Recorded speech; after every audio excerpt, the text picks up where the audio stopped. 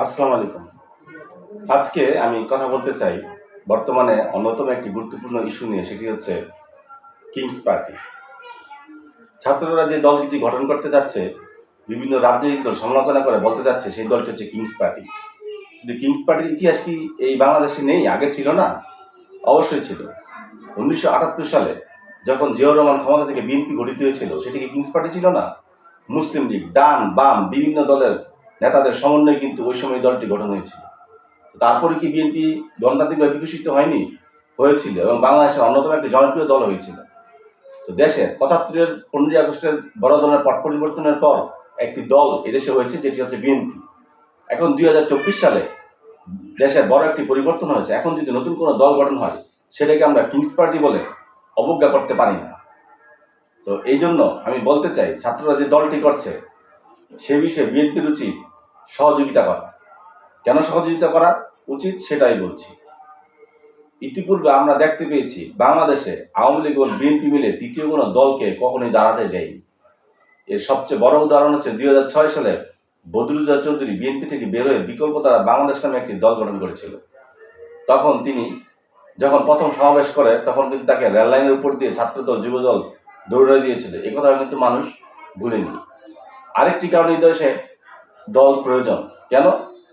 গণতান্ত্রিক ভাবে আওয়ামী লীগ এবং বিএনপির চরিত্র কিন্তু সেম।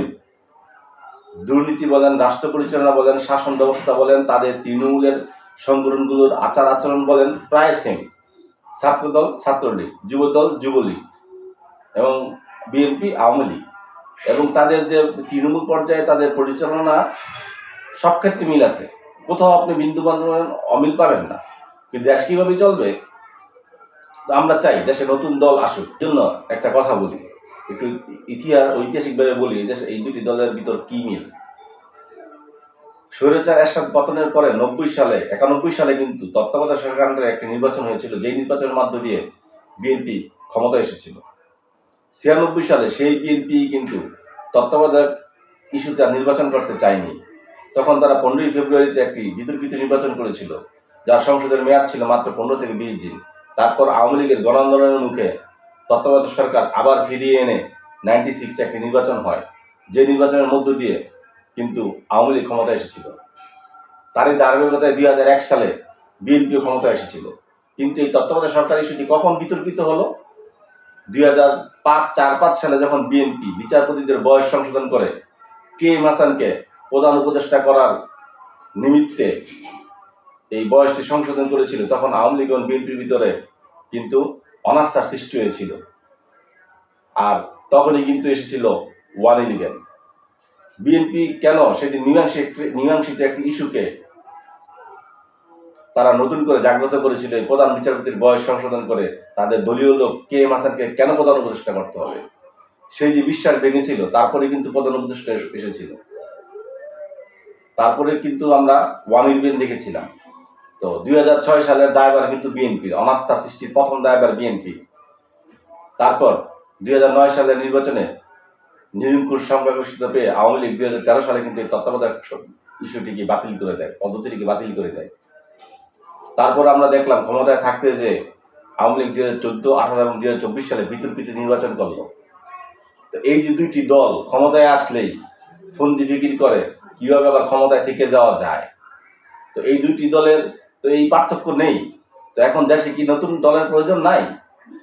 দেশে কি পরিবর্তন দরকার নাই? অবশ্যই দেশে পরিবর্তন দরকার আছে। তাই আমি বলবো, নতুন যদি কেউ দল করে তাদেরকে সহযোগিতা করা দরকার, সেটা ছাত্ররা হোক বা অন্য কেউ।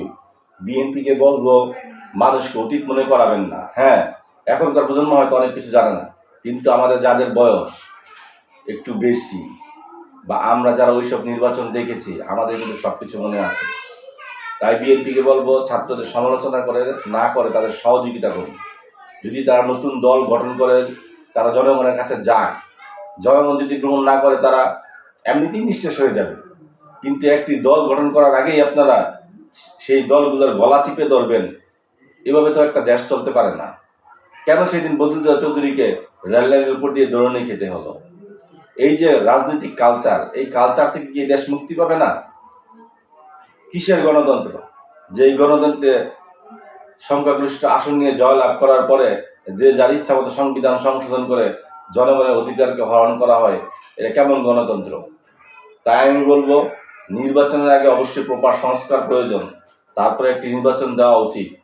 এর আগে শুধুমাত্র একটি ক্ষমতার পালা পরিবর্তনে নির্বাচন দিয়ে এদেশের আপামর জনসাধারণের কোনো উপকারই আসবে না। আমরা এবার একটি স্থায়ী সমাধান চাই। দেশ স্বাধীন হয়ে গেছে 54 বছর, কতগুলো প্রজন্ম অকাতরে জীবন বিলিয়ে দিয়েছে এই দেশের জন্য। তারপর যদি দেশের এই সমস্যার সমাধান না হয়, তাহলে আর কবে হবে? যদি এবার না হয়, তাহলে আর কখনই হবে না।